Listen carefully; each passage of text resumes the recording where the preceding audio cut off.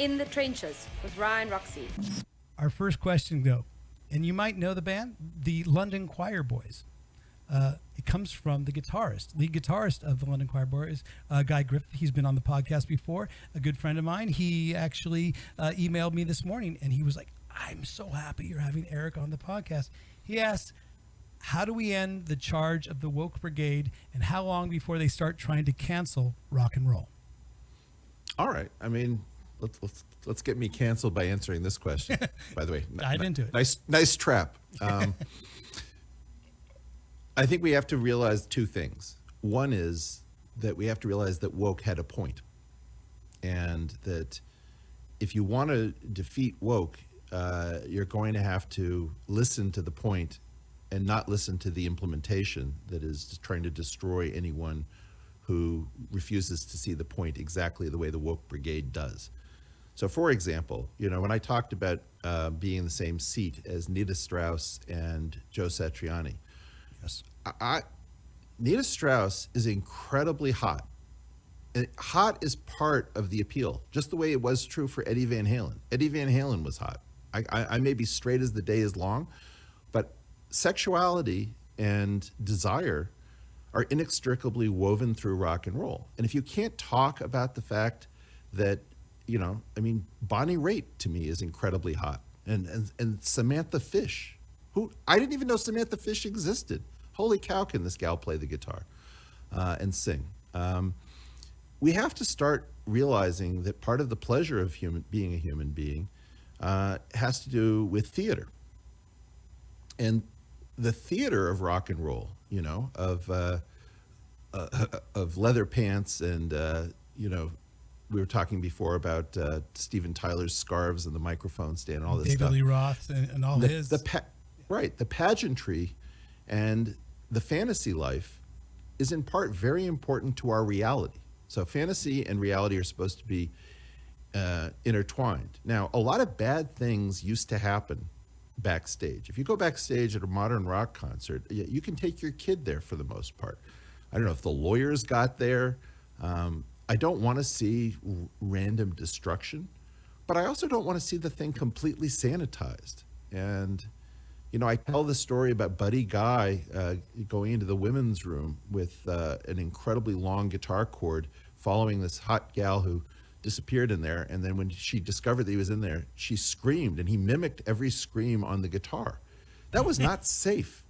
It wasn't safe. And it wasn't, if you had to defend that, you'd hear the nightly news story, it's just like, in a surprising incident, Buddy Guy entered a women's room, creating an unsafe situation. On the other hand, that woman was laughing. It was probably, one of the great moments of her life. She came out of it in a different way. Now, there's no way to figure out, was that actually safe? Because it wasn't actually safe. On the other hand, was it actually dangerous? I'm not really sure that it was actually all that dangerous either. What we're now trying to do is come up with rules rather than taste as the arbiter of whether something is good or bad. And it's completely randomly distributed. I was in Trader Joe's and people were playing Brown Sugar. Well, do if you they ever listen to knew, right? If they only the knew lyrics or Yeah. Some Girls? I mean, like if somebody ever goes back to Some Girls, boy, we're all toast. Has technology sanitized rock and roll, even though all the doors that it's open? Because there is this weird relationship that you say with rock and roll music or just general music and technology. It's open doors, giving us wider audiences, but it's also sort of made everything much more sanitized, like you say. Well, but in part, the longing, the way in which we play at being men and women, when in fact we're much closer to each other than we care to admit. I think that in a weird way, rock and roll exaggerated some of those differences theatrically, in order to explore things through the safety of the stage. Most of us were away from that. You don't end up backstage at a rock concert usually by accident, and you probably have some idea that you're dipping into space that's a bit dangerous. So I think that there's a really difficult issue, which is that rock and roll is not supposed to be safe, nor is it supposed to be hell on earth. I think that if you look at the scene in Almost Famous, that will break everyone's heart, the poker game or whatever that was. Wow, it's hard. remember that It's hard. scene? Yeah. Oh well, yeah. who can forget that scene because it's so effing disturbing, you know? So you have to both reckon with the fact that the woke brigade has a point, and the fact that taking the fun and danger out of life is not the right way to explore that point. And you have to give us music that's worth taking risks over.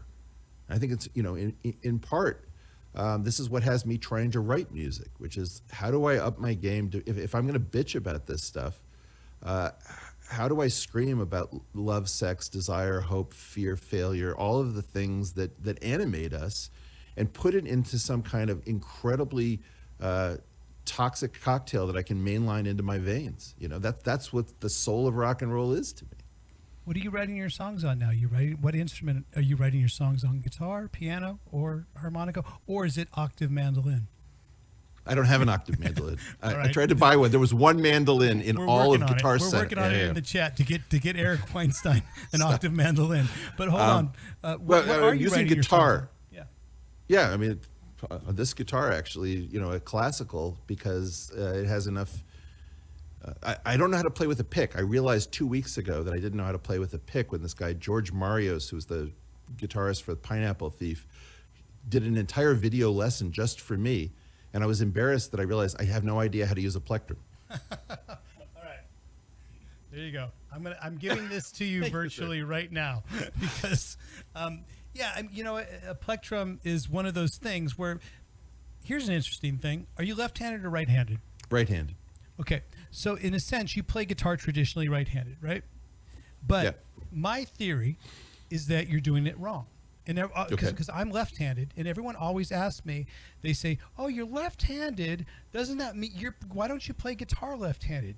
Well, here's my theory. When guitar first started, in back in the day, classical music was the left hand was pretty much stationary, and your right hand, which you needed all the coordination in, did all the arpeggios and all the finger picking for it.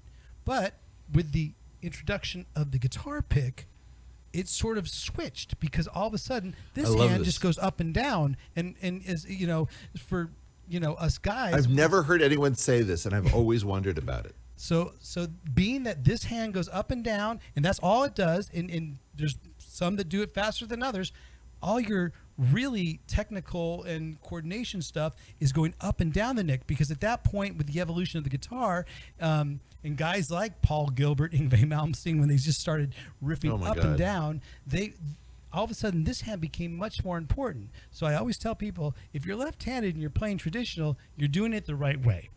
And fantastic. You've never ever heard of a left-handed piano. That's the other thing.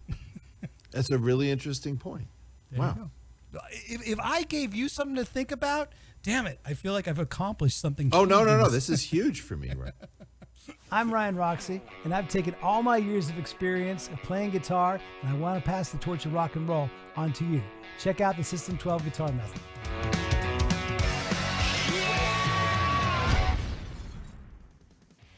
Hello folks, Roxie here. Thanks for watching the video. And if you liked it, hit the subscribe button or one of the videos around me to watch more.